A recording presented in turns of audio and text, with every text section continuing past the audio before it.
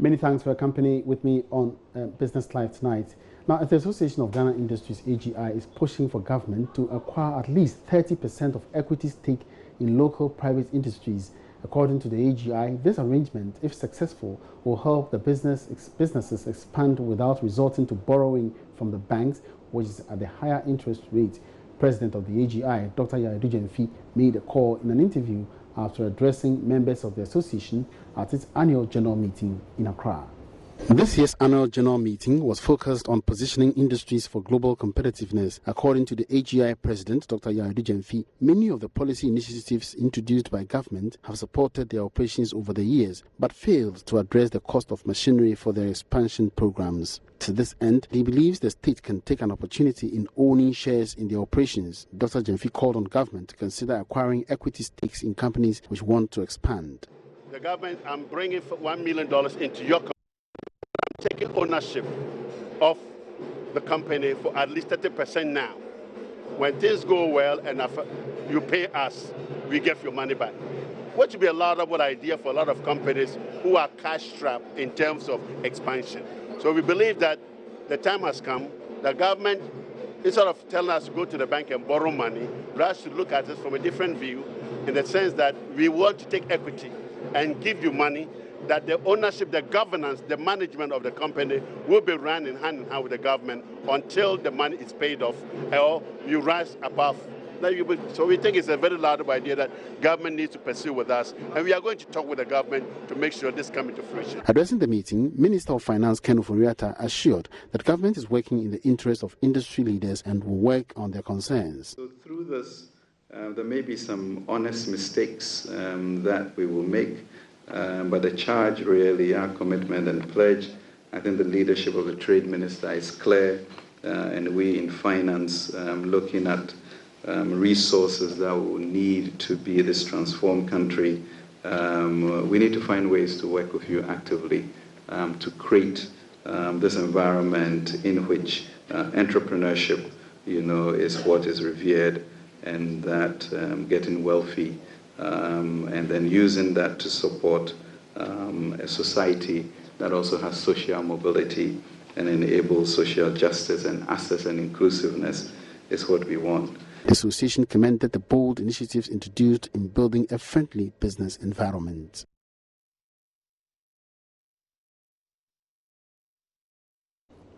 Now, some businesses within the Ashanti region believed to be engaging in under-invoicing and also perpetrating some nefarious activities are being exposed by the GRA's task force under its district's action. The move is part of the Revenue Collecting Agency's tax compliance exercise to encourage voluntary tax payment and address the issue of tax evasion. Officials believe this will help rake in more revenue to facilitate government projects and the economy as a whole. Prince Apia was with the task force and has filed this report. The first stop of the team was Duan Hong Company, suppliers of heavy-duty vehicle spare parts and machines. The Chinese owners were found to be using two separate receipt books, which they used to understate sales in order to outwit tax assessors.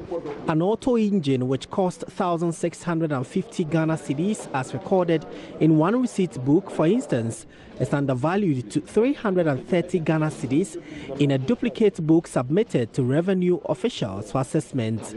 These infractions were identified in two other companies the GRA task force visited. Henry Sam is coordinator of the GRA task force. The observation is that the values indicated in the duplicate copies are lower compared to the values in the original copies of the VAT invoice. At the end of the month, the taxpayers would use the suppressed values in the duplicate copies to account for the tax. Having regard to the fact that they have higher returns by way of income, they would then reduce the values and then pay less taxes. At the end of the day, we are talking about mobilizing revenue for national development. How do we get the money? When we have suppressed sales and people like the business that we invested, Zeng Zeng Company Limited, Duan Hong Ghana Limited, and Zingbank Ghana Limited. The machine that they use for the galamsey, the engine costs around 1,600. But when you look at the duplicate invoices, you have 330 Ghana cedis. At the end of the day, the tax will be based not on the amount that the customer paid, but rather on the lower value, which is 330. Many unsuspecting clients were caught in this web of falsification by companies, mostly owned by foreigners. Some of them who unknowingly found themselves in the net would have to explain themselves to the tax force. And that's where we are now. Oh, we are still above offense. He paid 17,000 and then he recorded 5,775. Look at the difference. I don't know, the tax will be based on the 5,775 and not on the 17,000. That was what Mr. Sam explains the corporates, according to law, are liable for penalty 3 times the shortchanged amount. We have taken inventory of the record that we retrieved, pursuant to Section 33 and 35 of the Revenue Administration Act. We are going to subject same to comprehensive tax audit. Any tax shortfall will suffer a penalty of 3 times the amount being evaded. That's the tax shortfall. What they should have paid and what they have actually paid is the tax shortfall. We are going to apply the law to the latter. I must also indicate that this exercise is not going to be a 9-day wonder. As I speak to you, we have mount surveillance at places, marketplaces, on the highway, patrols, etc., to ensure that every invoice that... This is one of the warehouses where they just left, and as a result of the exercise, it has been closed down temporarily. The officials and the owners of these particular companies have been taken to the police station for them to write their statement. All owners and managers of the default.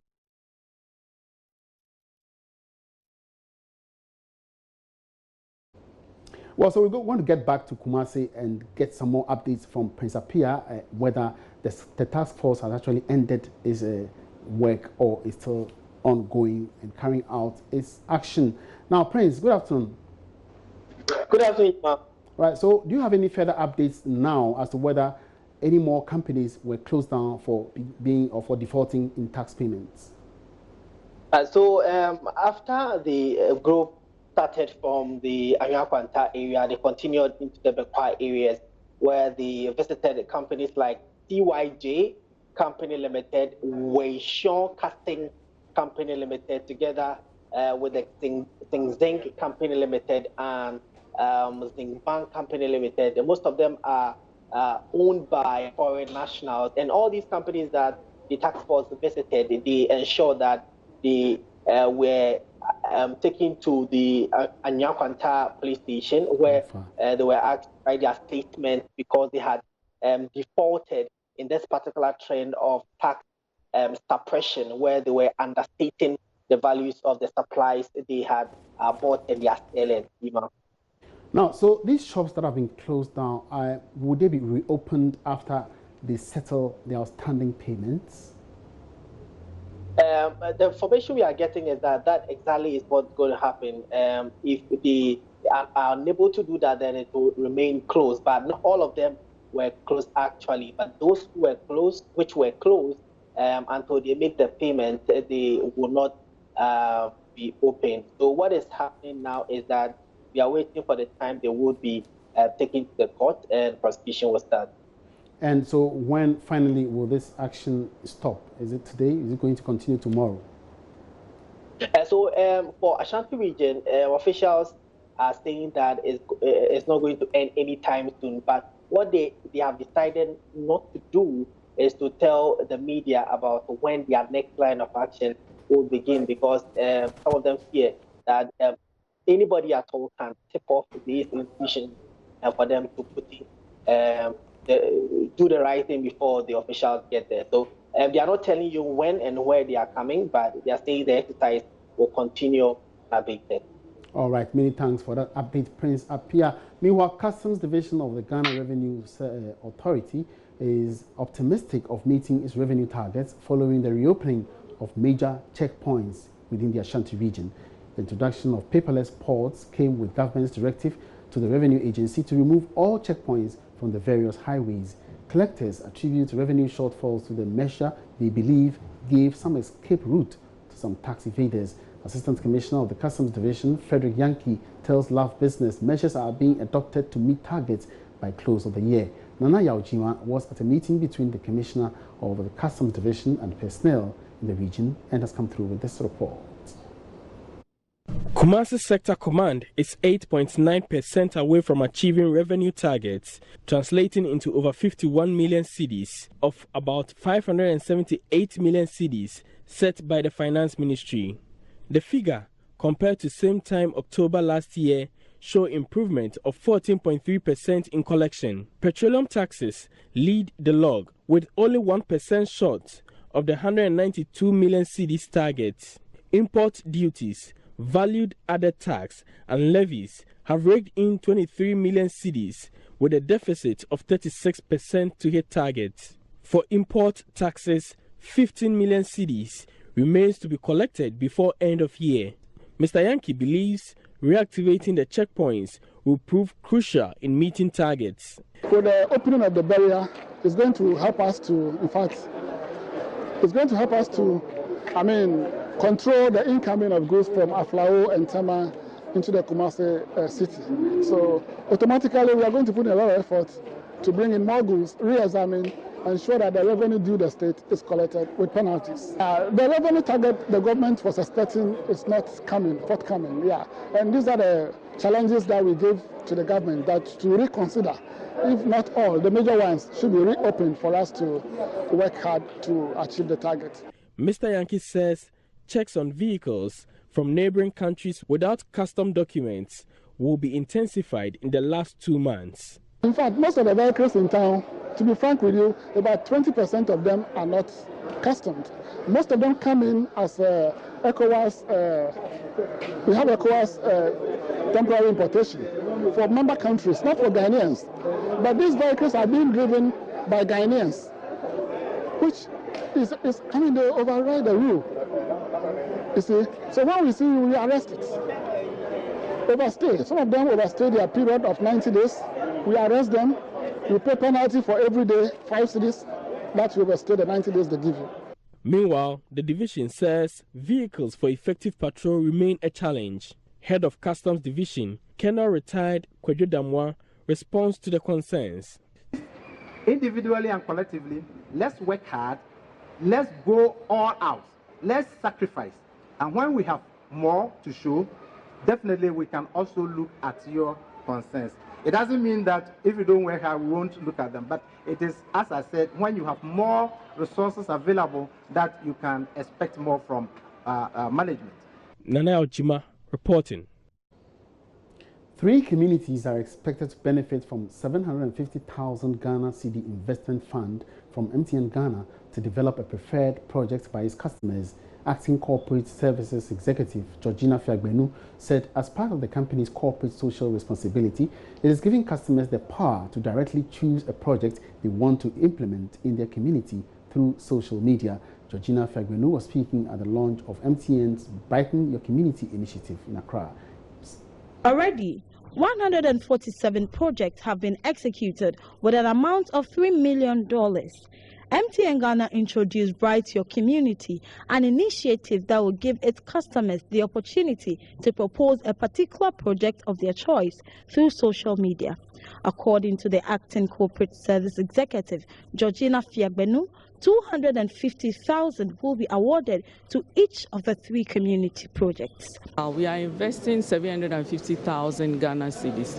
250,000 has been assigned to each focus area in each region. So for economic empowerment, we have 250,000.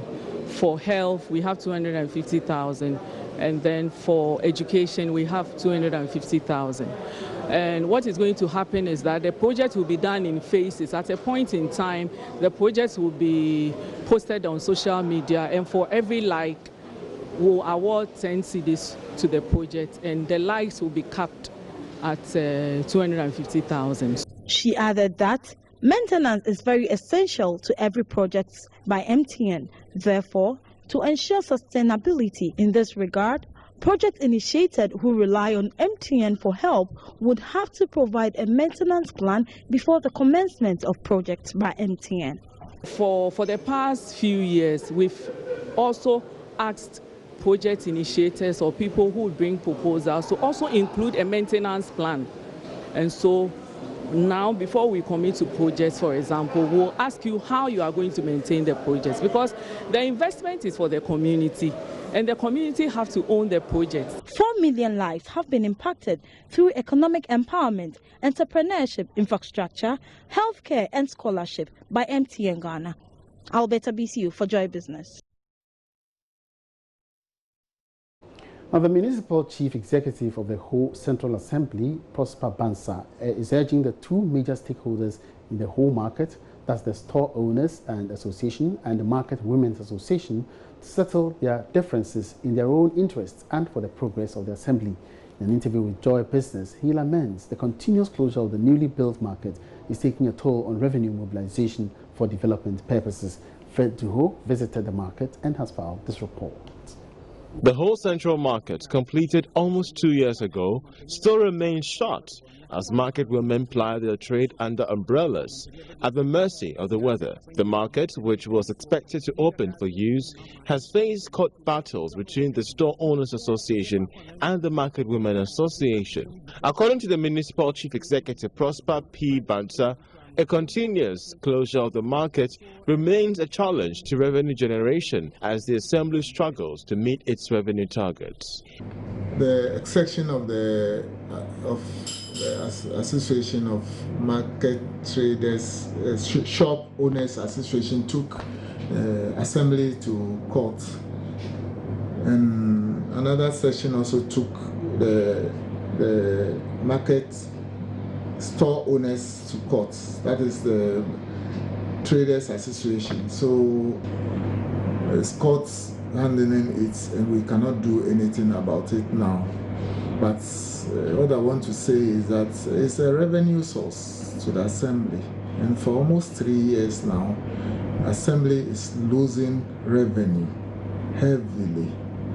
There was a target for the municipality to meet. So far, we've done just about 80% as at November, and it is affecting it. He said the issue is currently with the chiefs, who requested the withdrawal of the case from the court for settlement. The MCE appealed with the stakeholders involved to resolve the issue amicably for the progress of the municipality. The traditional rulers came in and withdrew the case and gave it to a committee to handle. So the case is with them now, and we only pray that the two parties come together. I know they are feeling it. The two parties come together because some of the market women have gone to open the stores and the stores, and they are putting their wares there. So we quickly took actions. We bought padlocks and we have locked majority of them. The Market Queen Mother and leader of the Market Women Association, Patience Dofenyo, expressed worry over the struggles of her colleagues in the market. The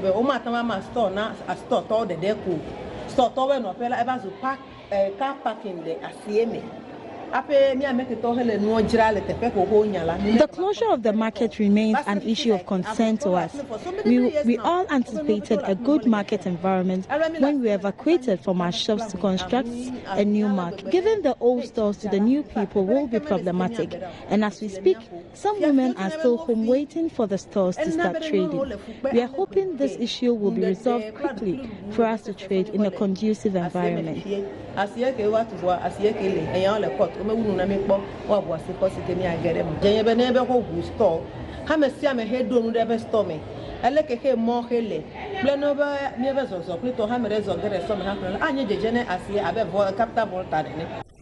the issues before the chiefs and the courts are resolved, the whole market will remain a white elephant.